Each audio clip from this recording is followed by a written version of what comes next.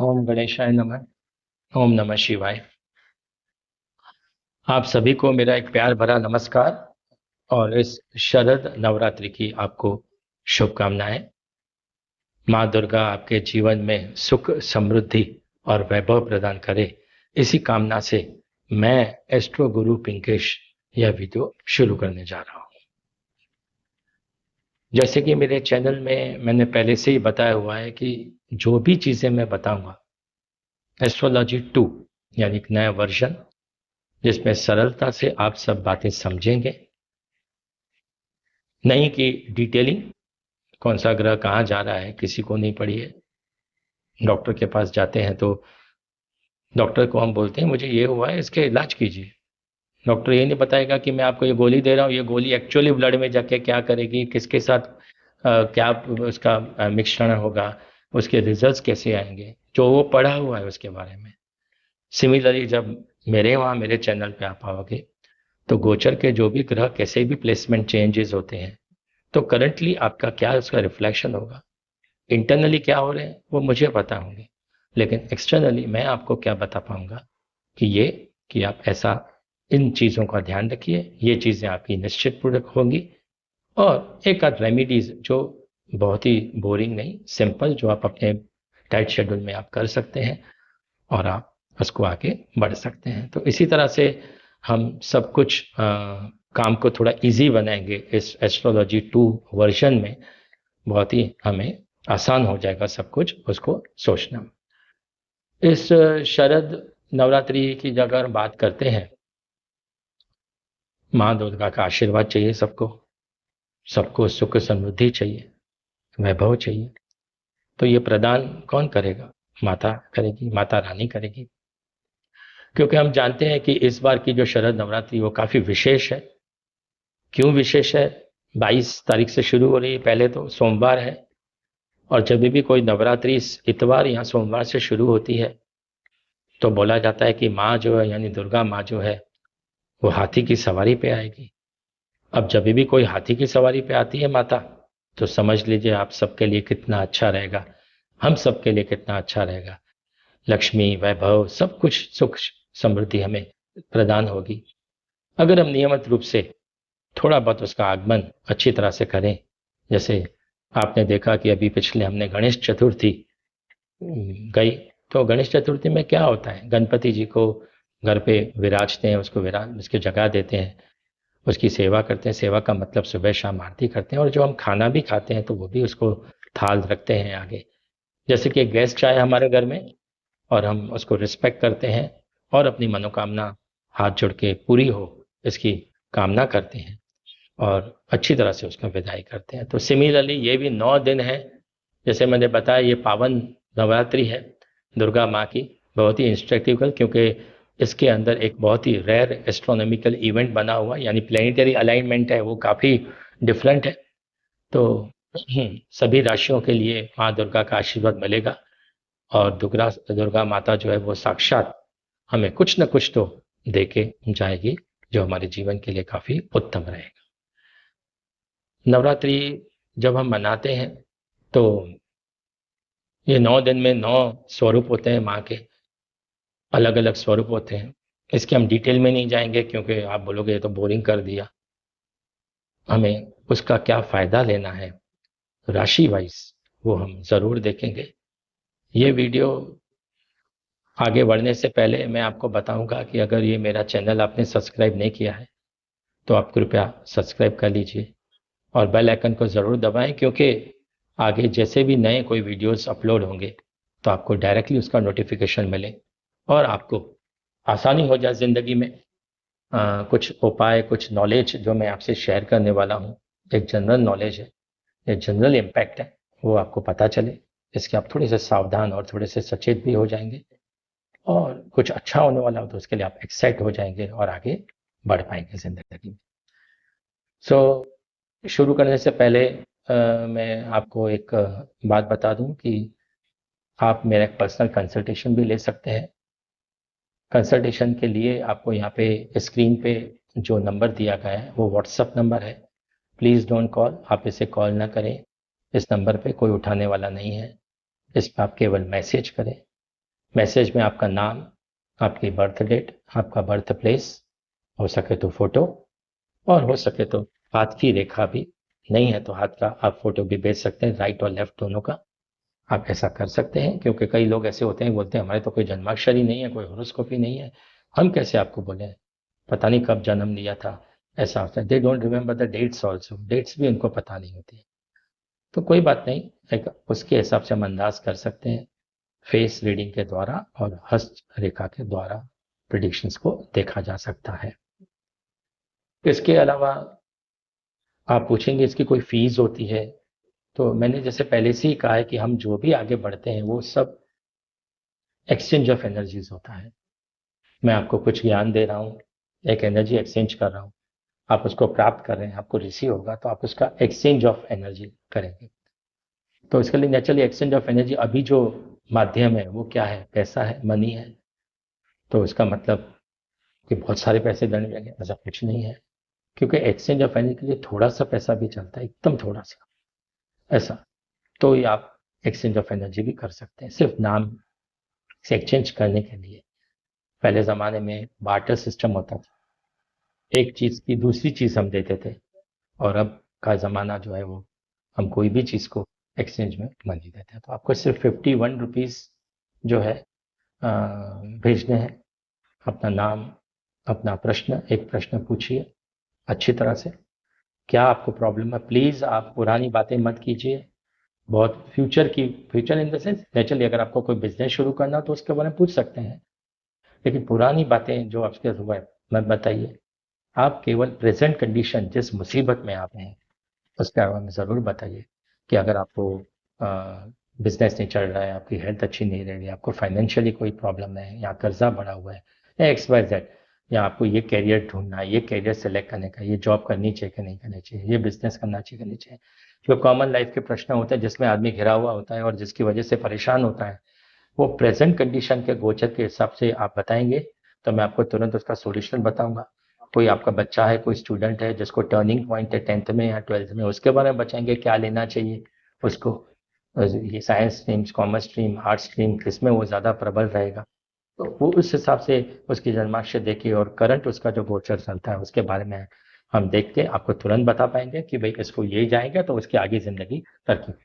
लेकिन ऐसा नहीं कि बच्चा पैदा होता है और उसका जन्म ये डॉक्टर बनेगा कि इंजीनियर बनेगा, ऐसा नहीं बताया जा सकता, सिर्फ अंदाज लगाया जा सकता है, लेकिन वो इतना प्रबल नहीं रहता है, क्योंकि आगे गोचर हर दिन हर रोज बदलते हैं। प्लीज आपका जो भी प्रॉब्लम है प्रेजेंटली, जिसमें आप बहुत ही परेशान हैं, उसको शेयर कीजिए, एक क्वेश्चन पूछिए, उसका उसका जवाब दीजिए। किसी और फैमिली मेंबर का होता है तो आप दूसरी उसका कुंडली भेज सकते हैं और दूसरा प्रश्न पूछ सकते हैं, और इस तरह से हम आगे बढ़ेंगे। लेकिन ये जो वीडियो है वो नवरात्रि का है, नवरात्रि स्पेशल है, हम ज़्यादा सीरियस नहीं हो जाएंगे और नवरात्रि की खुशियां मनाएंगे, माँ का आगमन करेंगे, घर में माँ को बुलाएंगे, तो कॉम्प्लिकेशंस में नहीं जाएंगे ज़्यादा।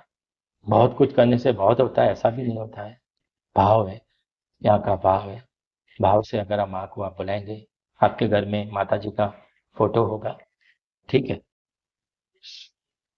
सो इस नवरात्रि में करना क्या है, ताकि हमारा जीवन थोड़ा सरल हो, तकलीफें कम हो, आगे बढ़ने की चाहना और बढ़े, और परिवार सुख शांति और समृद्धि करे। तो सबसे नेचुरली एक माता जी का आगमन है, तो एक घर में माता जी का फोटो तो सबके घर में होता ही है। हो सकता है किसी के घर में ना हो, तो डरने की बात नहीं है कि नहीं मेरा तो कुछ नहीं होगा, ऐसा कुछ नहीं है। आप एक छोटा सा दुर्गा माँ का फोटो लेके आइए, जिसमें आपकी श्रद्धा हो। माता जी तो बहुत स्वरूप है, उनके बहुत सारे स्वरूप हैं, जो स्वरूप आपको पसंद आता हो, आपका दिल बोलता हो, वो स्वरूप का फोटो माता जी का लेके आइए। घर में जैसे गणेश जी को बिठाया था, अगर आप जो गणेश बिठाते हैं उसी तरह से कहीं भी माता जी को मंदिर में या किसी पर्टिकुलर स्थान दे दीजिए, सजाइए, थोड़ा उसको बिठाइए, उसको बुलाइए, माता को वेलकम कीजिए, आगमन कीजिए। और जैसे एज अ फैमिली मेंबर कोई गेस्ट आता है तो उसका हम लोग सत्कार करते हैं, रिस्पेक्ट करते हैं, उसको सभी चीज़ें सुविधा देते हैं, कंफर्ट देते हैं। उसी तरह से माता जी को भी बुला के, जैसे गणेश जी का आपने किया पिछले महीने, वैसे इनको भी बिठा के अच्छी तरह से खुशी से उनके आगे, जब आप चाय पीते हैं तो चाय भी रखिए, अगर आप खाना खाते हैं तो खाना का जो थाल है वो भी रखिए, और माँ को बोलिए खाइए, चाय रख के घर की जो बेटी हो उसको पिलाइए, खाना कोई बेटी हो उसको पिलाइए खिलाइए। इसके अलावा हम सजा के तो सब चीजें रखते ही हैं। इसके अलावा हम लोग माता जी के दिनों में घर में शुद्धता रखेंगे। कोई भी नॉनवेज जगह अगर आप सेवन करते हैं तो प्लीज इस 9 दिन तक एटलीस्ट ना खाएं। मदिरा का अगर सेवन करते हैं तो प्लीज इन 9 दिन नहीं करें। कलेश झगड़ा वगैरह न करें, शांति से जीवन गुजारें।